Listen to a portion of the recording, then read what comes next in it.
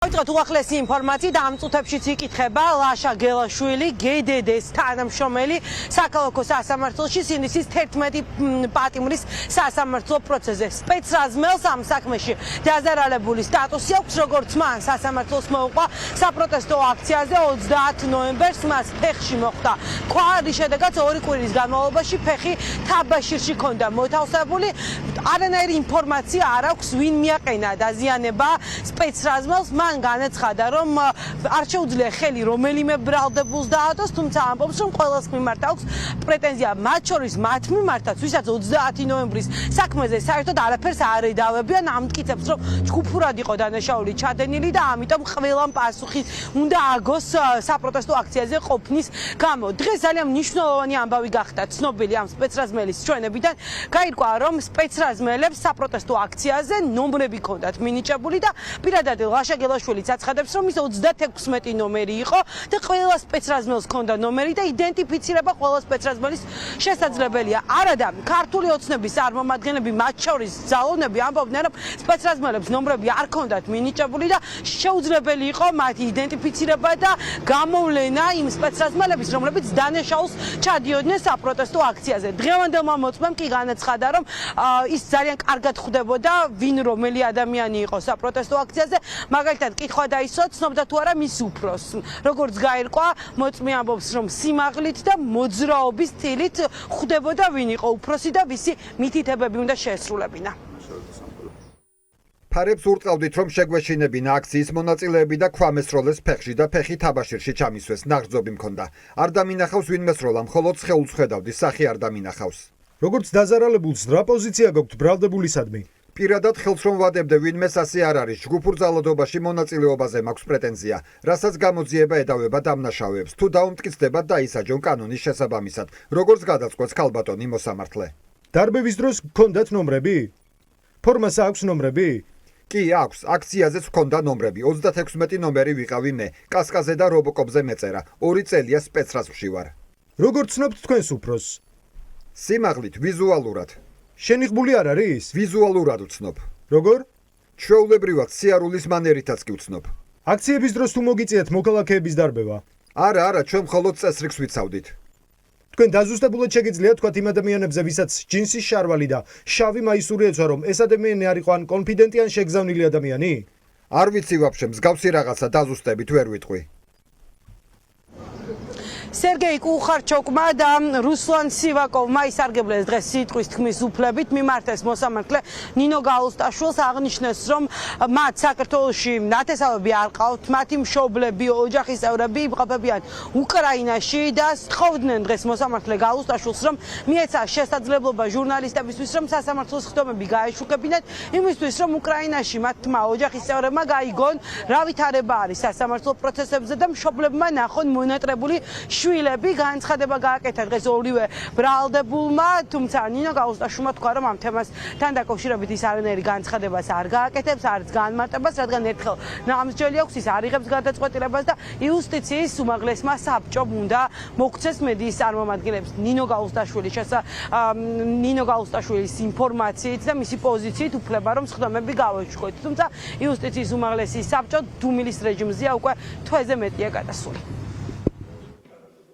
მე სერგეი კუხარჩუკი, უკრაინის მოქალაქე მიმართავს სასამართლო დარბაზიდან იუსტიციის უმაღლეს საბჭოს, რომ დაუშვან საზოგადოებრივი არხები და რეპორტიორები, რომ რაც ხდება გადმოსცენ. სად იმყოფებიან უკრაინის მოქალაქეები, მე და რუსლან სივაკოვი. ეს ერთადერთი საშუალებაა, რომ ჩემმა ნათესავებმა და ოჯახის წევრებმა, რომლებიც უკრაინაში იმყოფებიან და არ შეუძლიათ თბილისში ჩამოსვლა, შეეძლოთ ჩემი სასამართლოს ხდომების ნახვა და იყვნენ საქმის კურსში და იმედი მაქვს, რომ სასამართლო ორგანოები ჩემს ამ საჯარო მოთხოვნას გაითვალისწინებენ და უმოკლეს ხანში დააკმაყოფილებენ ჩემს მოთხოვნას. გთხოვთ განცხადების ასლი გადასცეთ სახალხო დამცველს და უკრაინის საელჩოს. გთხოვთ პატივცემულო მოსამართლე დაუშვათ ტელევიზია, ვინაიდან მე მიზეზი მაქვს. დედაჩემი იქ არის დანგრეულ ქალაქ ვულჩაცკთან. იქ არ არის ტელევიზია, არ არის კავშირი. მხოლოდ 30 წუთი რთავენ ინტერნეტს და ამ თხოვნით მოგმართავთ, რომ მან შეძლოს ჩემი ნახვა. ინტერნეტში არის სასამართლო ჩანაწერები და შეძლებს თავისი შვილის ნახვას. საქართველო, მიყვარხარ. სინდისის 11 პატიმრის საქმის პარალელურად საქალაქო სასამართლოში 9 საათში დაიწყება ჟურნალის ნიკა კაციას სასამართლო პროცესი. დღეს დაცვის მხარე სავარაუდოდ დაასრულებს მტკიცებულებების გამოკითხვას. დაგეგმილი არ რომ ჟურნალისტის მეგობარი და ასევე ერთ-ერთი ექსპერტი მისცემს ჩვენებას. პირველებს ჰქონდა შესაძლებლობა დღეს კაციას საქმის პროკურორს გავსაუბრებოდით, რომელიც დარწმუნებული არის, რომ მოსამართლე გამამტყუნებელ განაჩენს გამოიტანს ნიკა კაციას საქმეზე. კაციას 20 წლამდე ან უბადო პატიმრობა ემუქრება. მისი ოჯახის წევრები კი აცხადებენ, რომ საქმეში არანაირი მტკიცებულებები არ არსებობს. ნიკა კაციას ბრალის დამადასტურებელი, თუმცა მიუხედავად ამისა დარწმუნებულები არიან, რომ სასამართლო ვერ გაბედავს სამართლიანი გადაწყვეტილების გამოცხადებას.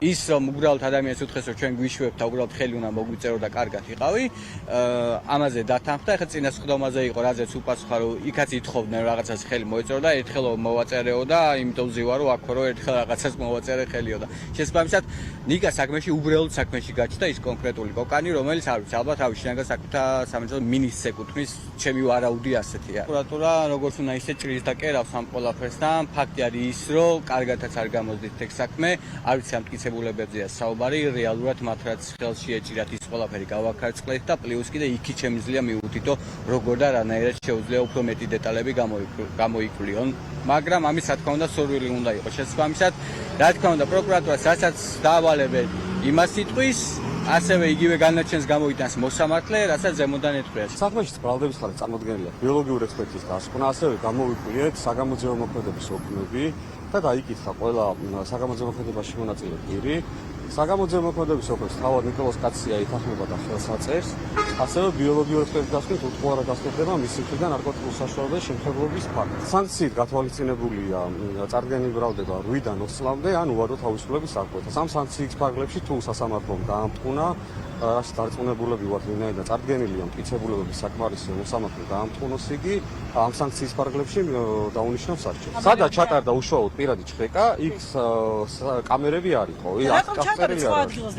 სადაც იყო კეთვით ეხლა ინფორმაციულ პატაკში მითითებული იყო კონკრეტული ადგილი, სადაც იმყოფებოდა ნიკოლოზ კაცია.